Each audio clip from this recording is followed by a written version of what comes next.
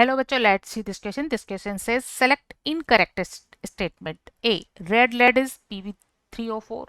B. Dimethyl dichlorosilane on hydrolysis and then on subsequent intermolecular condensation gives cross-linked silicons. C. SiO4 4 minus on hydrolysis with water or acid produces Si2O7 6 minus. D. None.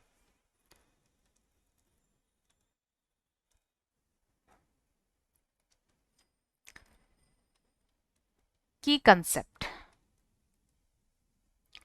इस question में 14 group compound से related different statement given है।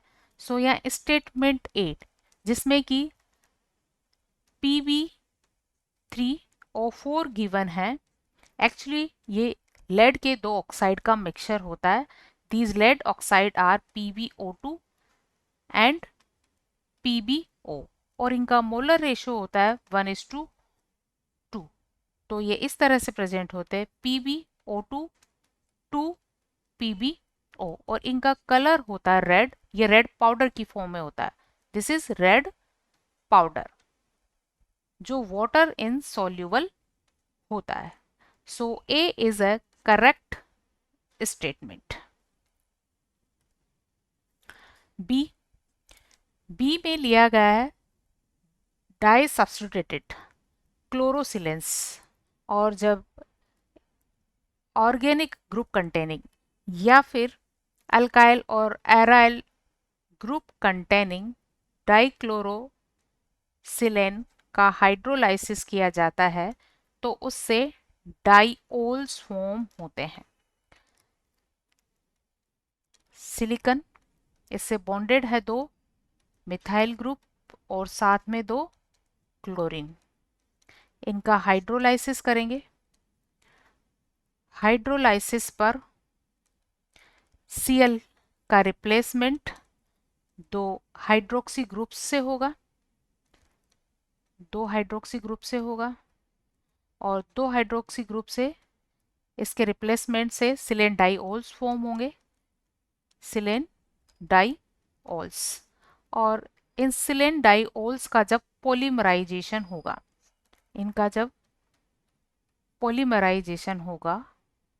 तो polymerisation पर ये unit condense होगी by the eliminating of water molecule. तो suppose अगर इनकी n यूनिट एक पॉलीमर चेन बनाती है तो n वाटर मॉलिक्यूल्स यहाँ से रिलीज होंगे और इसकी पॉलीमर चेन की स्ट्रक्चर इस तरह से होगी SiMe और यहाँ जो हाइड्रोक्सी ग्रुप है दो यूनिट के हाइड्रोक्सी ग्रुप कंबाइन होकर एक वाटर मॉलिक्यूल का एलिमिनेशन करते हुए दो यूनिट एक दूसरे से ऑक्सीजन के थ्रू लिंक होगी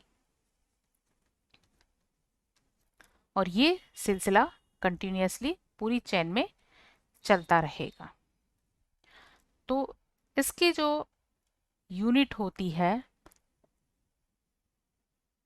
जिसमें दो हाइड्रोक्सी ग्रुप होते हैं तो दो हाइड्रोक्सी ग्रुप कंडेंसेशन में जब पार्ट लेंगे तो केवल एक पॉलीमर चेन का फॉर्मेशन कर सकते हैं। किसका फॉर्मेशन कर सकते हैं? पॉलीमर चेन का फॉर्मेशन कर सकते हैं। अगर क्रॉस लिंक पॉलीमर फॉर्म करना है फॉर द क्रॉस लिंक्ड